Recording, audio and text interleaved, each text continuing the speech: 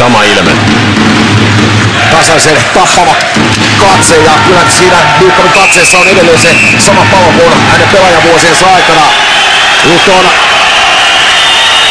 pientä yhteenottoa havaittavissa ja siellä on velikset Koivu ja Ruutu. No. Art Juhin rupee niinku oikein tappelee kunnolla sit. Art Juhin antaa siinä nyt seuraavaksi kyytiä Sami Lepistölle. Hakee uudelleen tanssiparikseen Mikko Koivun.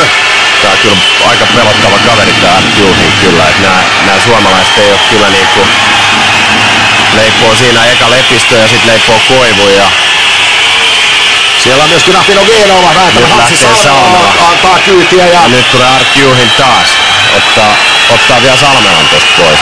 Nyt tuomareiden pitäisi ottaa ekasta Art Juhin veks. Sit siellä olisi tasaiset parit, että tää menee ihan. Nyt Art Juhin saa niinku tulla kaikkien väliin. No nyt siinä tehdään oikein, 2 tuomaria meni Art Juhin. Art Juhin lähtee ainakin ulos, se on ihan selvä asia. Tuomo Ruutu on ottanut siinä aika tukevan niskalenkin Vitalia Kjushovista.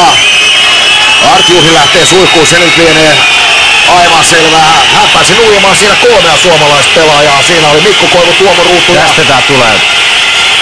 Komea on. Se on Ruutu. Tietysti Tuomo Ruudulta komea, todella komea puhdas taklaus.